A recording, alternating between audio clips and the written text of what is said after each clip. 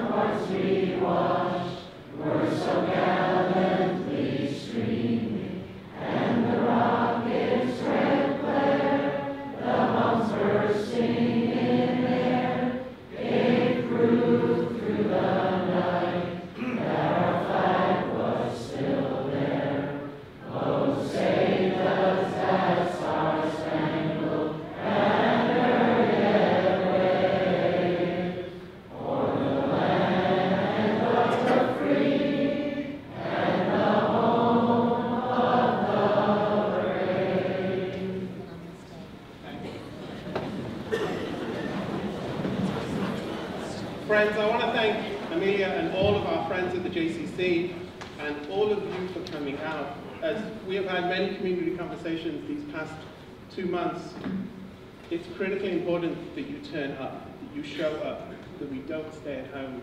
These are what the people who hate us want us to do, is to stay home and to be afraid. And you turning out tonight is another message that we stand together as a community of solidarity and a community of love. And the message that I hope that we start this program and I hope that we end this program is that we stand together as a family in solidarity and love. Thank you.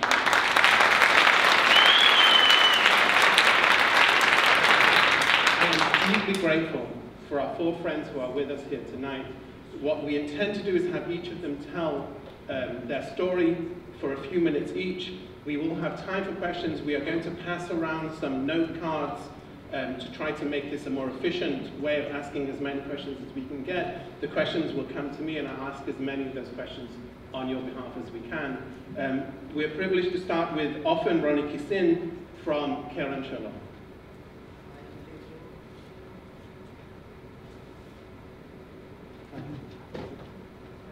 Okay. Hi, good evening. I'm Rony Kissin. Ofer and I are husband and wife.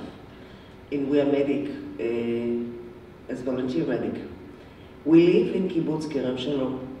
Kibbutz Kerem Shalom is the western south point in Israel. We are the border between triangles of Egypt, Gaza, and Israel. Until October 6th, we thought we had the safest place in the world. We have concrete around us, we have fence, we have soldiers inside. Nobody can touch us. I want to take you in time machine to October 6th. Simchat Torah. What a party there was in the synagogue. Dancing and laughing and singing. It was really was a beautiful celebration. From our kitchen window I can see the synagogue, so I can see all the gathering and laughter and dancing. In my house, I succeeded to gather all my family after 5 years. I have 4 children and 2 grandkids. The youngest in that time is 6 weeks old. And we had a really wonderful party. My children didn't saw the friends for a long time, and all of them were in the kibbutz, so decided to go together with them. They asked for Ofer booze. Never Ofer gave alcohol. Never ever. At this time he decided to give them. He opened the bar and he take out 2 half bottles of ark, very old one. It was my mom. My mother passed away 18 years ago. 18 years ago. And they take it. They decide to drink a little bit and go to another party. They get drunk and never went to this party. Lucky us.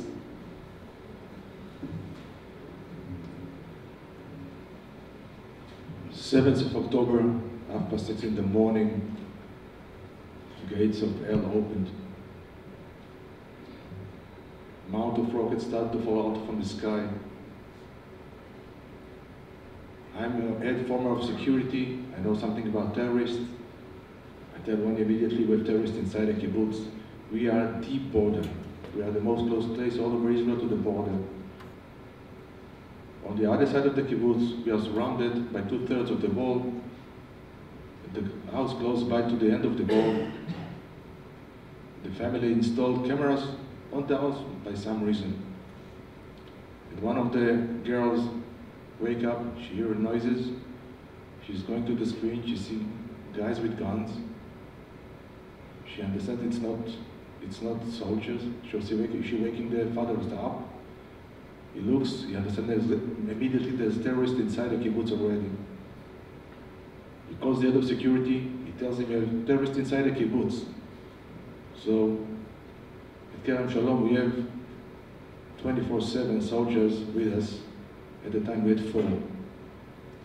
They are engaging with the emergency response team, the terrorists immediately, and the gunshots fight begin. This is the first wave. And the fight goes on. One of the soldiers got injured in the beginning, just got a bullet in his stomach, badly injured, lucky as he's alive today. And the fight goes on. They're all over the kibbutz. They're running from side to side. And the second wave is coming, and the third wave is coming. And the time goes on. Now the time is around 8:30 in the morning. And one of the two guys from the first responders team are in front of our house. Are both very thirsty. They're exhausted. They ask us for cold water and said a snack. And we give them cold water and a snack. And they're starting to run towards the east side of the kibbutz. On the east side fence of the kibbutz, there's 2 solar fields, and big solar fields. And the head of the security of the solar fields calls the head of security of the kibbutz, tells him, I see in my cameras terrorists inside these fields. So he knows there's terrorists on that side as well. And they're not engaging the first of the kibbutz from the inside, but they're shooting from the outside to the in, and they're shooting back. And by big luck, chopper of the army arrived above these sides. He's calling the head of security.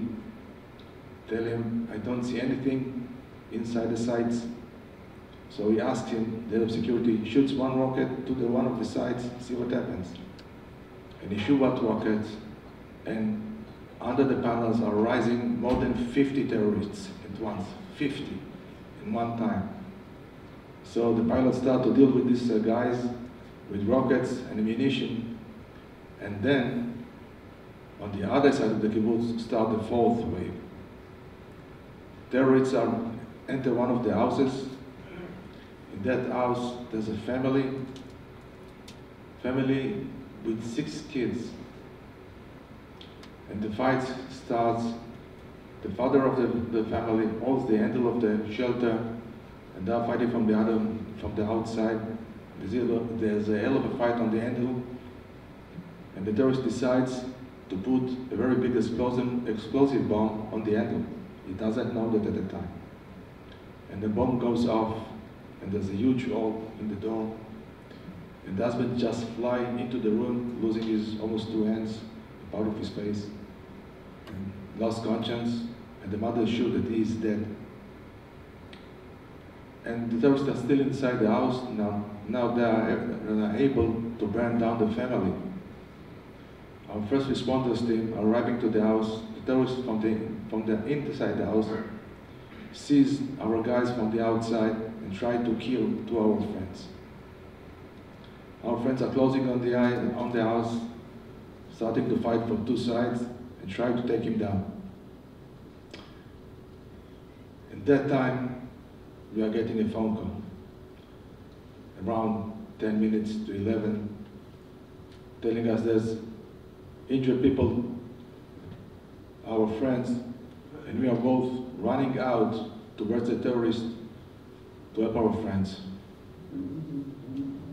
Ofer and I run into the path to the house. Ofer look on the right, he see a big hole, and I running and look straight ahead and see another hole. In the hole in front of me, there is a terrorist aimed with AK to us. I pull Ofer to the side and scratch from a bullet.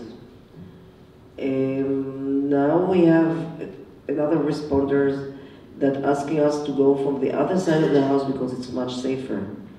We're running, and now Ofer and I split. I'm running straight ahead and see one of our guys with a big hole in the shoulder. And I check the pulse, and I understand he's not with us. It's very close to the wall now, because this is the closest house to the wall. In the front of us, front of the house, there is a concrete house of generator. And I sit down another responder from our kibbutz. I'm going and see a bullet in his helmet. This guy, we gave him a few hours ago water. And now I had to go back to the house. And now I get terrified. I couldn't move my leg. One of the guys in the first response told me, "Run, I will cover you." I'm running and shouting, "Take care of me, take care of me." And then I go into the house. It's a house that I know. I didn't recognize it. It was torn apart. And in the middle of the house, I see our friend. Nothing prepared me to these sights. It was really horrible sights.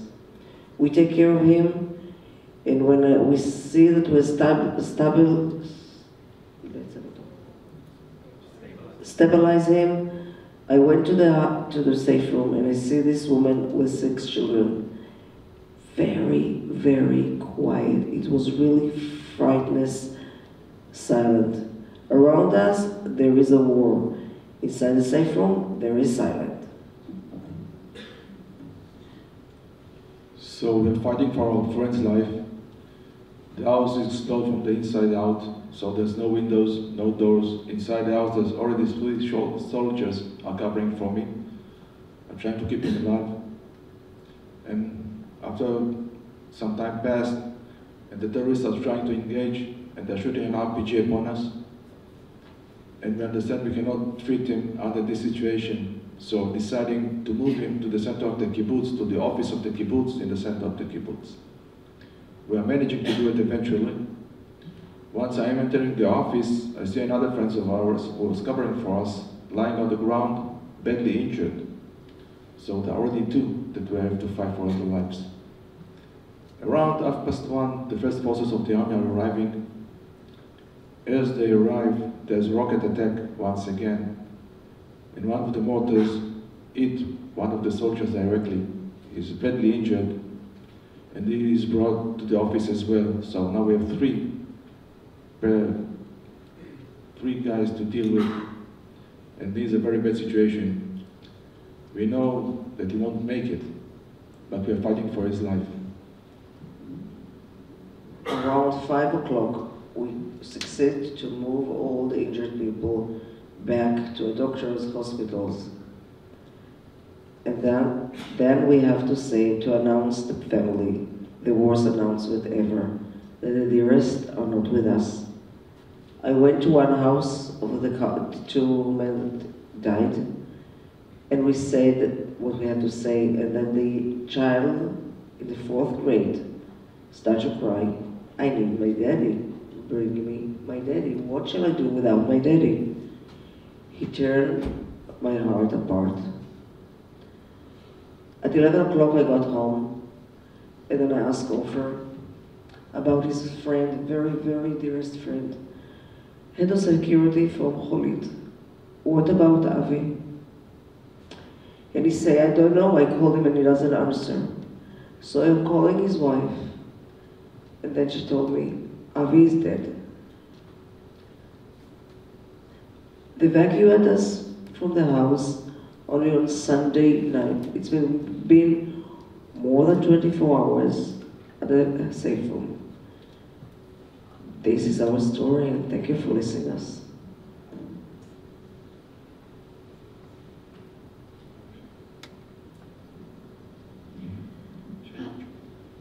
Hi. First of all, excuse me. Thank you very much for taking the time and coming to listen to our stories. We really, really appreciate it. My name is Shani Teshuva. I live in Kibbutz Zikim. Kibbutz Zikim is located on the beachfront. If you imagine the map of Israel and you go down the Mediterranean, all the way down until you hit Gaza, one pin drop above that is Kibbutz Zikim. On the border, there's the kibbutz, there's an army base, and there's the beautiful beach. Up to October 7th, we loved living in Kibbutz Zikim. Our personal security was amazing. Kids could run around. We went to sleep with our doors and windows wide open. You could leave the keys to your car, go on vacation, come back a week later, and they would still be there. It was just a very, very good place to live. The night before, my daughter, who's 12 years old, went out with all her friends. She took her skateboard and said, "Mom, don't worry. If there'll be rockets," with this handshake, "if there'll be rockets, we'll run to the shelter and then we'll grab our skateboards. So we're fine." And she went out. And all the 12-year-old kids on kibbutz were out and about with their skateboards until 2 o'clock, 3 o'clock in the morning. And it was fine because this was kibbutz life. We knew everything was fine. On Saturday morning, 6 o'clock, I got up and I got ready to go on my usual bike ride. In the Israeli summer, when it's hot, you want to leave your house as early as possible. That morning I got up at 6:15, and I remember looking at the clock. I stuck my head out the window, and I realized it's not as hot as it was the week before.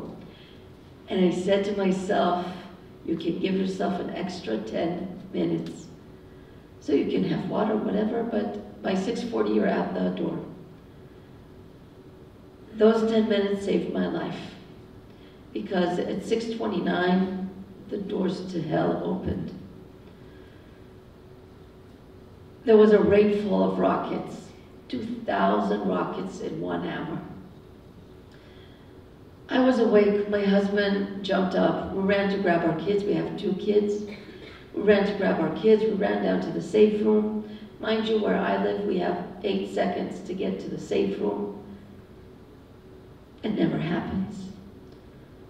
We ran down, we realized it's too dangerous to stand up and to try to close the iron window, so we just lie on the floor for a long while, waiting for things to calm down. Realizing that they're not, we got up, closed the window, closed the door tightly, and then we started to hear gunshots and different sounds of ammunition going off. We didn't know what it was, because with the rockets, with the gunshots, there was also a cyber attack. And we lost communication. At 7 o'clock in the morning, we had no phones. Imagine if you lose your phone for 1 hour. Now imagine doing that under fire. We had no communication. We had no clue what's going on. And we didn't know what's going on in different parts of Israel, because we thought this is just us. At a certain point, the Iron Dome ran out of ammunition, because no one thought about 2,000 rockets in 1 hour. The team that's stationed at the Iron Dome went into their truck and went to get more ammunition. They were all killed. At that point, rockets started falling all around, because there was no more Iron Dome. And they fell around the kibbutz, they started falling in the kibbutz. In my street, 2 rockets fell. The first one fell 10 centimeters, which is about this much, from 2 barbecue gas balloons. The miracle was, and our stories are filled with miracles, is that the rocket didn't go off and the balloons didn't explode. The other one hit directly my neighbor's car. That did explode. And we heard that something blew up outside. We waited for a few minutes, and my husband and a few other men from the street left the houses and under rocket attacks, put the fire out. And someone from the emergency response team asked my husband to bring his car because we have wounded and he needs an evacuation car. So from that point on, I was alone with my kids in my house. My husband went to the emergency headquarters. There they had an army radio. There he found out that the attack that's going on is all around the Gaza border, that there are terrorists coming in around, and specifically to our kibbutz, they also came. I'm jumping back to 7 o'clock in the morning into another miracle. At 7 o'clock in the morning, you know, in our part of the border, the attack was from the sky through, it's the hang gliders. It was through the sea and it was through land. At 7 o'clock in the morning, the Navy observer called the head of our security and said, there's a fight out in the sea. There are hundreds of terrorists heading your way. Some of them we managed to stop. A lot of them passed us. They're heading towards the beach. They're heading towards the base. They're heading towards your kibbutz. That phone call gave us an extra 2 minutes. In those 2 minutes, our response team, now you have to understand, our response team is a team that's built out of men. By us, it's 16 men that were soldiers, that were fighters in the army, from the ages of 25 to 70, that are supposed to give the initial response if something happens on kibbutz. They jumped that morning with shorts and sandals, took their guns, and ran. With the 2-minute heads up that we got, they were able to scatter around the fence of the kibbutz. And when an army car came and stopped in front of them, in front of the fence, they thought it's the IDF coming to help us. And people started coming out of the car, and then one of them comes with an RPG. That's when they realized these are not IDF, these are terrorists. And a battle started at that point. If they hadn't been there, they would have blown up the fence like this and got into our kibbutz. There was a very serious and heavy battle there. Our response team, thank God, some of them were injured, but they were able to kill some of the terrorists, and others fled that scene and hid in different places around the kibbutz. So that was another miracle. And a 67-year-old man was the first to respond and to start the fighting against the terrorists, because we got a 2 minutes heads up. At that point, my husband got a job to go door by door and to tell people that there are terrorists all around the kibbutz. You're not allowed to leave your houses and the kibbutz. Because up to that point, every time we had a round, we call it a round because it always came around, a round of missiles, you know, in previous years, people used to put their kids in the car and drive as fast as they can out of the area so the kids don't experience this for long. But this time, the game had changed. There were terrorists all around the kibbutz, and there was no way to pass this news.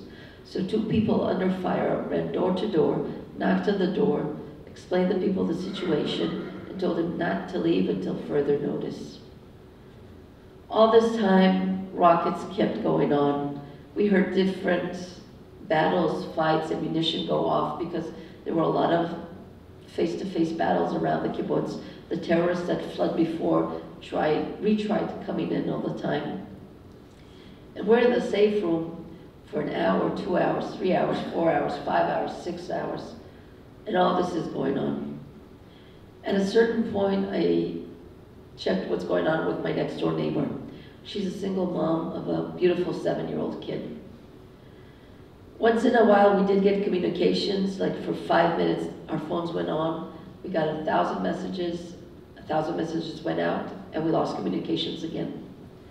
I found out that in the 5 minutes that we had communications, she talked to her mom. Her daughter, the 7-year-old, went that weekend to Kibbutz Nir Oz. You probably heard the name. And for a fun weekend at the grandparents' house. And she called her mom, and she found out that her father is missing. And when they called the sister, someone answered in Arabic. The sister was kidnapped. The daughter is okay, and the grandmother are okay. They managed to hide in the safe room. When the father was murdered, the sister was kidnapped. And we started hearing different rumors and trying to understand what's going on, because we did not believe that this is actually happening to us. My best friend lives on the moshav next to me in Netiv HaSara. In Netiv HaSara, Netiv HaSara, we started hearing that they came from the sky, from the road, that they started burning houses with people in them, that they started killing people, and I have no way to check if she's alive. And I don't know. And we're still in the safe room, and there's still rockets. 7 o'clock at night, a car of the Shabak comes into our street. Shabak is equivalent to the CIA. Comes into the street and said that they're gonna help evacuate people that need escort out because they're armed. They take the first group of people. They said, don't worry, we'll come back to evacuate whoever's going out after that. Excuse me. And at 9:30 at night, they came in. They said, okay, the road, we think the road is clear of terrorists. Drive straight, drive fast. I put my kids in my car. My husband stayed in the emergency response team. And I drove really fast. I drove towards Kibbutz Zuba, which is the kibbutz I was born in. My mother and my brother live there. Usually it takes me about an hour and 10 minutes to get there. I was there within 40 minutes. When we left Zikim, my daughter picked up her cell phone and did a video of the sky. We left under serious fire. And she has a video of just rockets going overhead and exploding. This is how we left Zikim. I'm very fortunate that my inner circle is fine. That night, I looked at my phone and I dreaded calling people and seeing who's alive. My best friend is alive. Her best friend, her neighbor, is not. 19 people in Netiv HaSara were murdered. Some of them young people that worked for me when I worked there. In Zikim Beach, the people that were there when the terrorists came, they ran into the bathrooms, into the shelter to find, shelter from the rockets. Picture yourself hiding in a bathroom. There were 19 people hiding there. No one lived. Terrorists went into the bathrooms and just killed everybody. The seniors that were there, like having a fun weekend on the beach, the people that went on their morning walk on the beach, the soldiers that tried to protect them, the fishermen. That's my story. Thank you. Hi guys, my name is Hila. I'm 26 years old, I live in Tel Aviv, Israel. And I was in the Nova Music Festival. I was a bartender in the music festival. I start my shift around 11:30 at night. And I was supposed to end my shift around 8 a.m. Around 6:30, the missile stopped. And then I was looking at the sky and said to one of the customers, oh look, there is fireworks. And then my bar manager showed me a cell phone. It's not fireworks. I saw the red alert and then we understand what's happening. We took a shower inside of the bar around 10 minutes. And then my ballot managers start screaming at us, just run, don't be here, it's an open field. Now, as Shani said, it was 2,000 rockets in 1 hour. We didn't have a place to hide. We've been in the middle of the open field. We need to drive to a shelter. So me and another friend of mine, another bartender, his name is Leon, we went to the entrance of the party. And something inside of me, like an inner gut, told me that I need to sit down. So I grab a chair and sit it down. Leon asked me, Hila, what to do? I need to go back to the car. And I tell him, nah, we are sitting. I grab his hand and pull him down. We were sitting for 45 to 50 minutes. This was my first miracle, because all the people that left first the party, they are the first one to get murdered by the terrorists. The terrorists ambushed us in the road of the party. Around the time, like the hour of 7, I got a message in the WhatsApp group from my bar manager, and she's saying, if you're in the party area, please come back to the bar, we need the help. There is a lot of things to do, all the cash, all the equipment to be folded. So I get up, I'm starting going back to my bar, and Leon grabbed my hand and just screamed at me, you are now going back to your car. He's my angel. He's one of the reasons I'm here. I'm going to my car, and then he went to his car. And in the minute I will start driving, my inner gut got changed. I have like a dark, black sense, like something inside of me telling me that I shouldn't be driving, that I need to get off of the car. I'm calling my big brother and asking what should I do, and he tells me, listen, in the end, it's an open field, you need to go to a shelter. I don't know if you heard what's happening in the shelters around the party area. They got in 40 people, they got out 5. It's been 4 shelters like that. I'm seeing all the cars taken to the right, and there's a massive traffic jam, and something inside me that said that I shouldn't be going right. I'm seeing small roads straight of me and going straight. In the minute I got to the main road, I see a police officer blocking the road, and I don't understand why, because like there is rockets, we need to go to a safe place. And then an ambulance came, and 2 paramedics get a girl around my age from her car, and she's screaming, I don't feel my legs, I don't feel my legs. And I'm thinking to myself, that's a weird panic attack. And then a police officer came and started screaming, I have an officer down, I have an officer down. I was taking a look at the police officer. He had a bunch of bullets all around his stomach, and he was bleeding from his mouth. So I decided to talk to the right with my car, and there's another traffic jam. I didn't know this time, but another police officer blocking the road from the other way. I was sitting in my car around 5 minutes, and then a massive wave of people start running through me and scream, "There are terrorists, they're all over the place, you shouldn't be here." So I getting off my car, I was sitting in a small pit next to the road, and a married couple standing next to me around age 50, and the male screaming, I don't have my weapons on me, I don't believe they're trying to kill me, and they missed.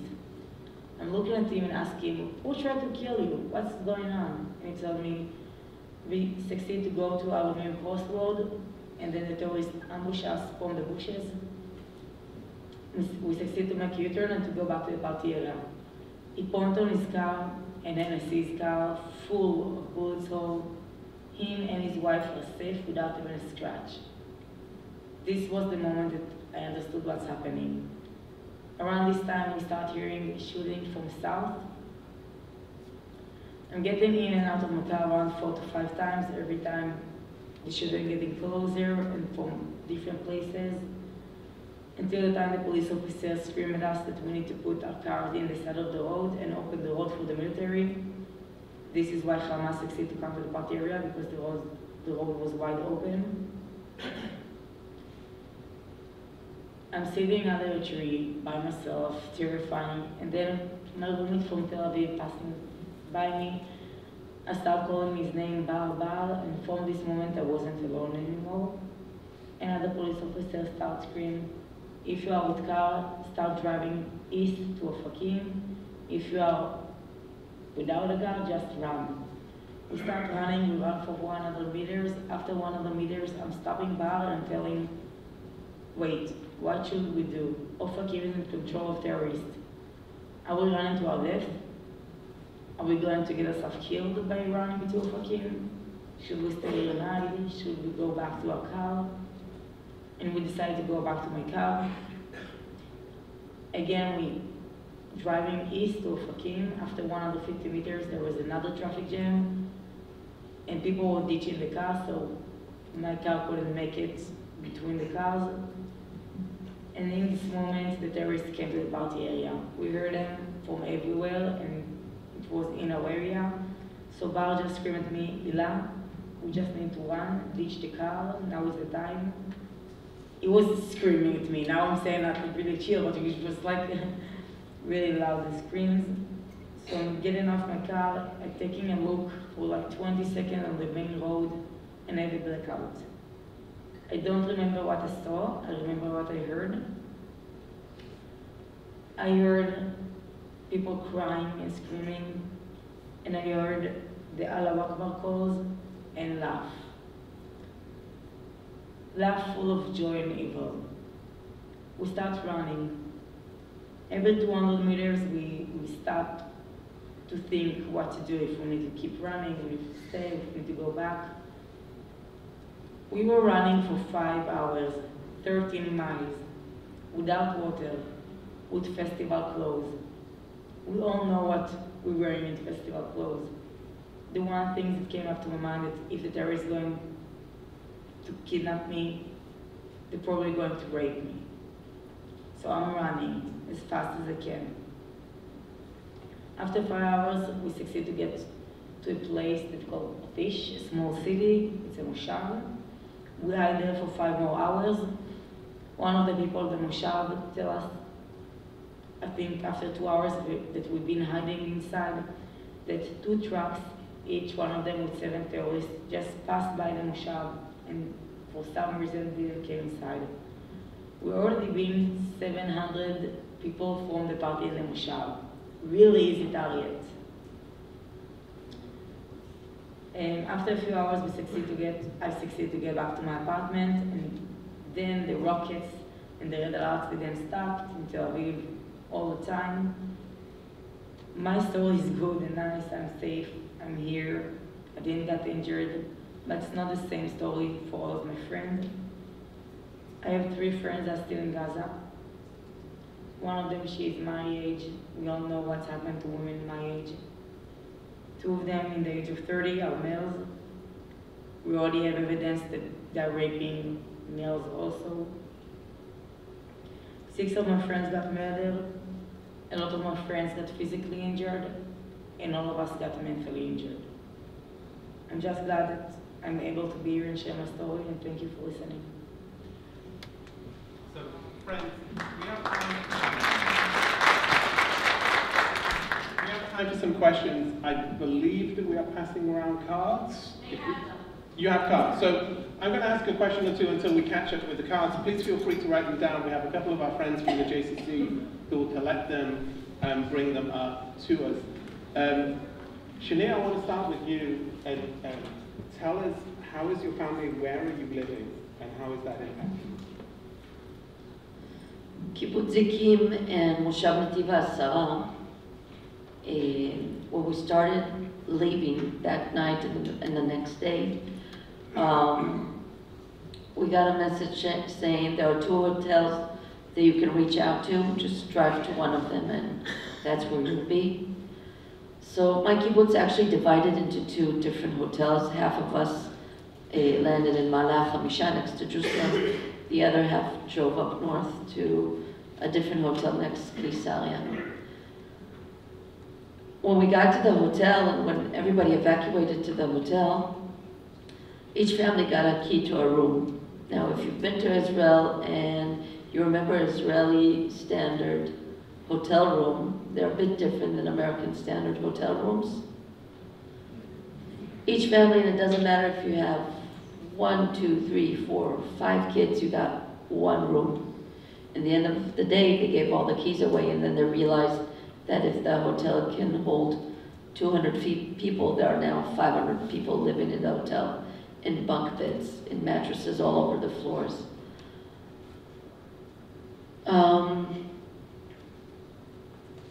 There are two things about this. First of all, the community is divided into two places, which is difficult as a community because some of the resilience of communities is being together, and this is not the case. The second is how long can you live in a hotel that everybody's traumatized? Half of the people are crying all the time. We ended up in a hotel with Netiv Asara. They lost 21 people. And it was very, very stressful and difficult. Now they're trying to think about different solutions. Some people said, we're going to stay in the hotel until we go back. We don't know when we're going back. The last estimation said maybe June. Some people say in 2 months. We really, really don't know.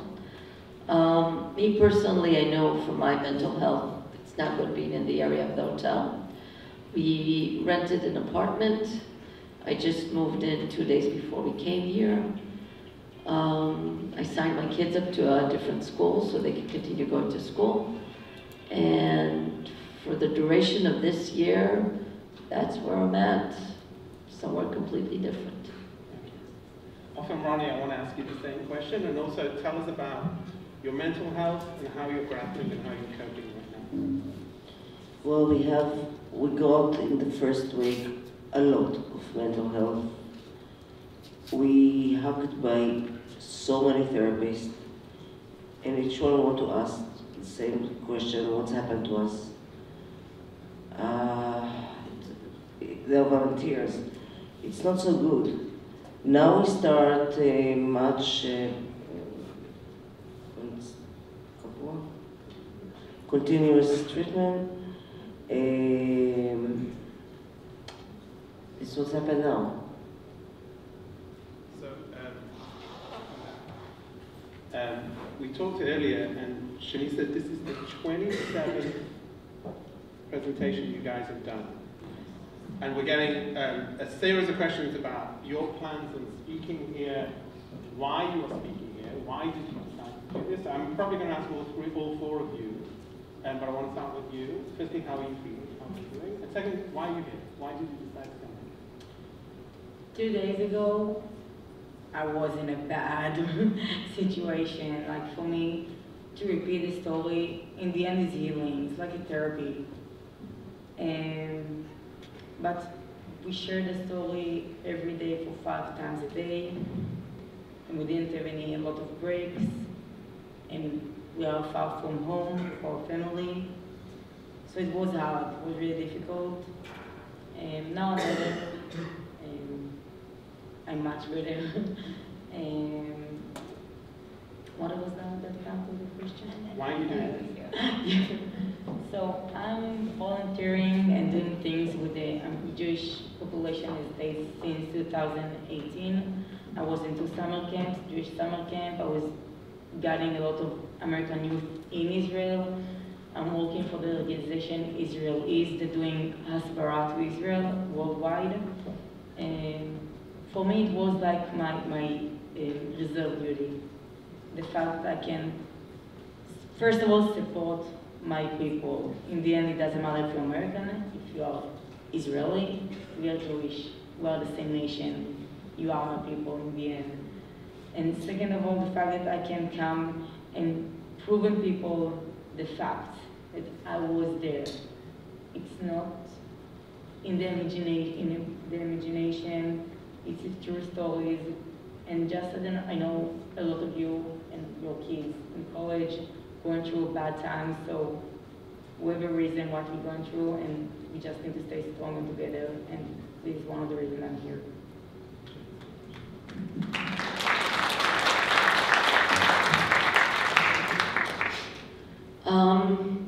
For me, at the very first week, I was lost. And I remember being in the hotel, and someone said that there's a reporter from a Japanese TV crew outside, and they're looking for someone that speaks English to give an interview if someone will be willing. I'm like, okay, I'll talk. And then a different reporter saw me talking, and I talked to him too, and to the other one. And then I met with the Jewish Federation representatives that came to Israel, and I started meeting with different groups. And I realized that you can go into two different moods. You can sit with your sweatpants and watch the news all day, or you can start moving. And as more and more active as I got, I stood up straighter. And looking back at the first interviews that I gave, I was traumatized, I was in shock. Really, now I can look back and see it. And I realized that my voice does matter. And if there's a reason for me to be here tonight, is that everybody takes something from our stories. And next time you see a post on social media saying, they're doing this and this and this and this, you know the facts. And there are excellent websites that show the facts. And you can educate, and you can put out information out there. I think the worst thing you can do is to sit quietly. I'm not saying go and parade and knock on doors and fight with people on the streets when they say free Gaza. But when you sit and have coffee with a friend or with a coworker, and they're saying something, and you show a different perspective, and you get them to think about it, that will be how we make a change. And it's going to take time, and it'll be long, but if we keep doing this, and every day we change the opinion of one person, guess what? There's going to be an impact. This is why I'm here.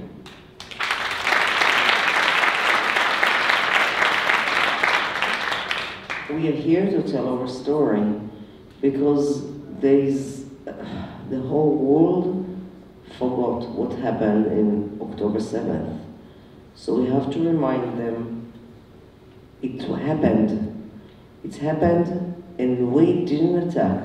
Who attacked us is the Hamas soldiers, terrorists, not us.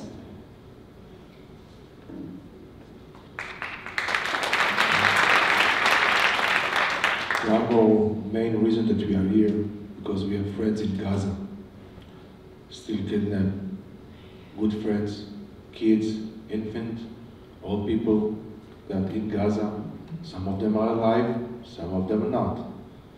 We want to bring them home as fast as possible. The situation there is very bad. We must bring them home.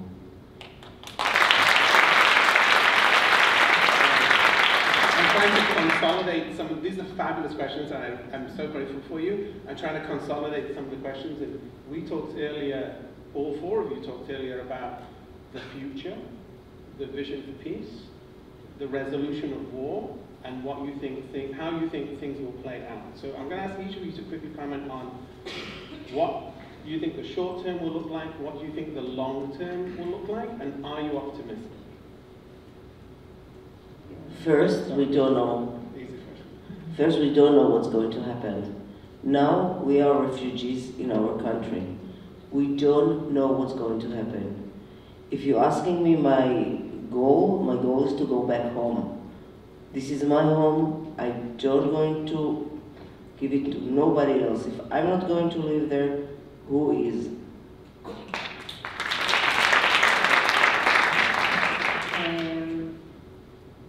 I don't know long term, short, but long, short term, like I have no idea.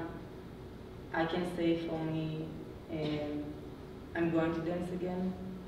Even if it's going to cry, I will dance again. I think that's it.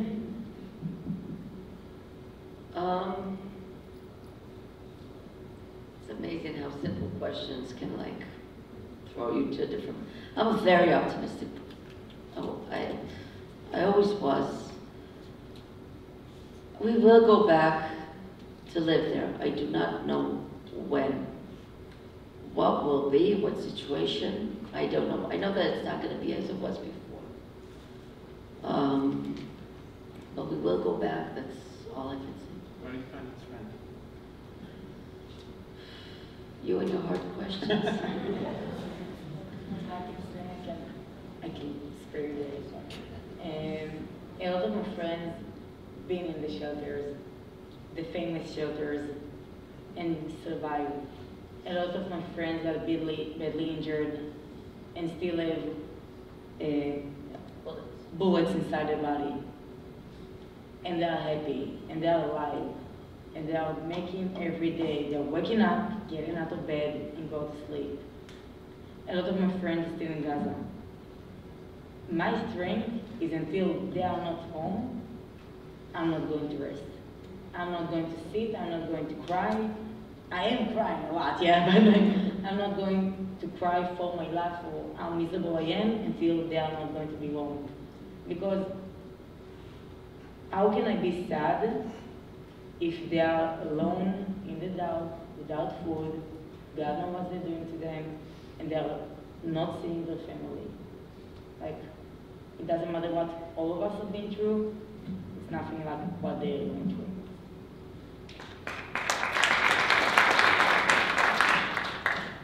I think we don't have any choice. That's it. So, so don't go yet. I'm going to give them each a final answer, and then we want to do a wrap up, and we're going to do a tikva before we finish. So don't leave early. I want each of you to say a final call. What do you want people here to do? What do you expect people here to do? What do you need people here to do? I will start. I'm asking from all of you not to stay silent. I know it's hard in what's happening in college, university, in the street of every state. And we had your back, you got our back. And in the end, we're losing in the psychology war. Social media is a powerful weapon, and Hamas is winning. You need to get inside of social media. It's Instagram, it's Facebook, it's TikTok, it's LinkedIn, it's whatever that we have, and start posting videos that showing the truth. Go to your children, to your grandchildren, and force them to post. In the end, I brought a list to a list of social media accounts that you can follow, all of them based on truth. Even one of them is in Arabic Israeli. Start posting, start sharing, start spread the truth. I promise you, there is a lot of videos that will change your mind and will surprise you at how much people don't know.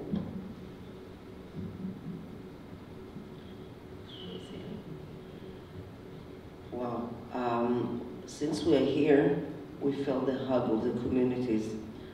It's very, very important to us to know that we are not alone.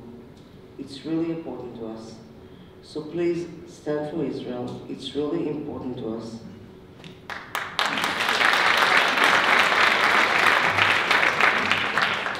Something very important to remind all of us. Am Israel Chai will keep on living for many, many thousands of years to go. And we'll keep on doing whatever we are doing because we have no other place to go.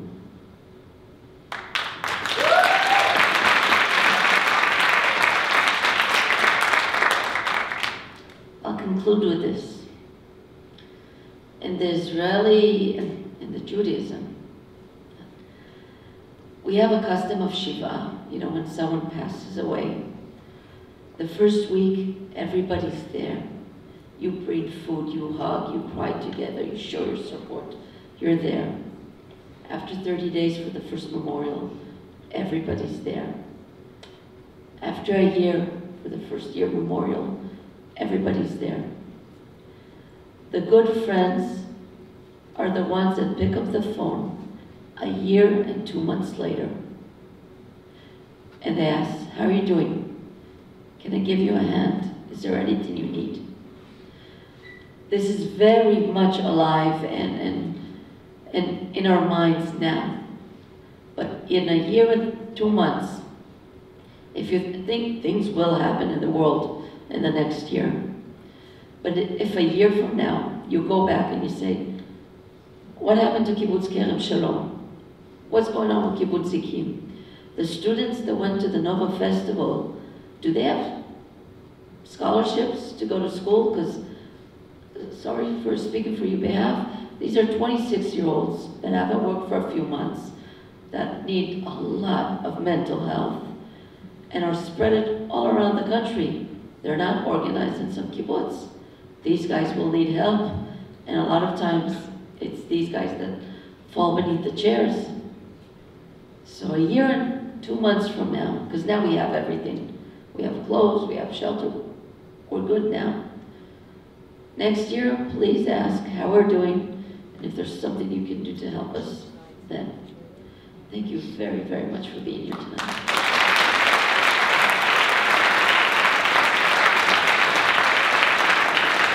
So listen, some of you who are more chronologically advanced will remember in 67 and 73, we did 3 things in this community, which is a very Zionist community, and is a community with a deep, proud partnership with communities like Ofakim, Merchavim, Kibbutz Erez, which were also on the front line. We marched, we raised money, and we stood up for Jewish pride. And I hope that you have seen elements of this these past 2 months. We've marched together. I see many faces that were on our dozens and dozens of buses 2 weeks ago.